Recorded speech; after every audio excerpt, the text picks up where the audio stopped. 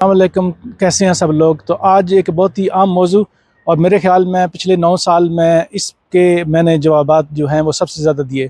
पीली सजोर्नो और पाकिस्तान का या अरब ममालिक का इंटरनेशनल ड्राइविंग लाइसेंस, क्या वो इटली में तब्दील हो जाता है या उसकी कोई इजाज़त होती है, इसका तरीक़ाकार क्या है।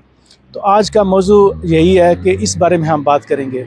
इस वक्त मैं ट्रिब्यूनाले दी त्रिएस्ते की बिल्डिंग के सामने खड़ा हूँ और आपको एक्सप्लेन करूंगा कि जब आप नए आते हैं और आपके पास पाकिस्तान का ओरिजिनल ड्राइविंग लाइसेंस, ये मेरी बात गौर से सुने, ओरिजिनल इंटरनेशनल ड्राइविंग लाइसेंस है, या आपके पास अरब अमारात का, दुबई का, बहरीन वगैरह का, ये कुवैत वगैरह, कतर का, किसी भी अरब ममालिक का आपके पास ड्राइविंग लाइसेंस है और आप इटली के अंदर आ गए हैं और आपका रेजिडेंस बन गया है, आपके पास रिहाइश का इजाज़तनामा है, उसके आगे क्या प्रोसीजर है, कैसे आप यहाँ पे गाड़ी चला सकते हैं।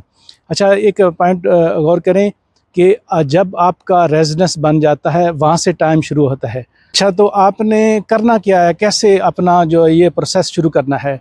तो सबसे पहले काम आपने ये करना है कि अपने जो इंटरनेशनल ड्राइविंग लाइसेंस है आपका, उसका आपने तर्जमा करना है, ट्रांसलेशन करनी है इटालियन में। फिर जिस बंदे ने वो ट्रांसलेशन करनी है, आप ऐसा करें, कंप्यूटर का प्रिंट आउट निकाल लें और जो कुछ आपके ड्राइविंग लाइसेंस पे है, जितनी भी इंफॉर्मेशन, वो उसके ऊपर लिख दें, टैप कर लें कंप्यूटर से।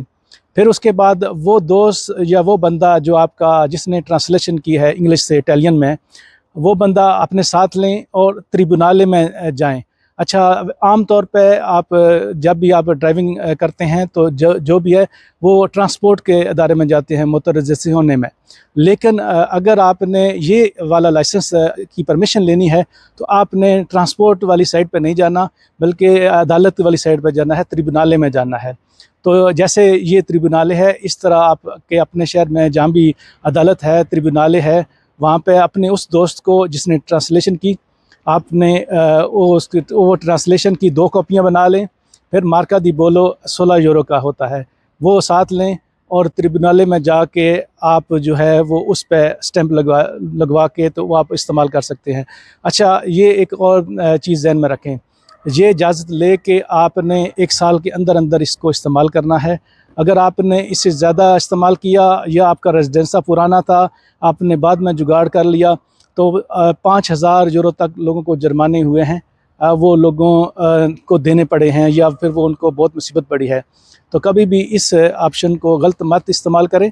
आपके रेजिडेंसे से 1 साल के अंदर तक इसकी परमिशन है।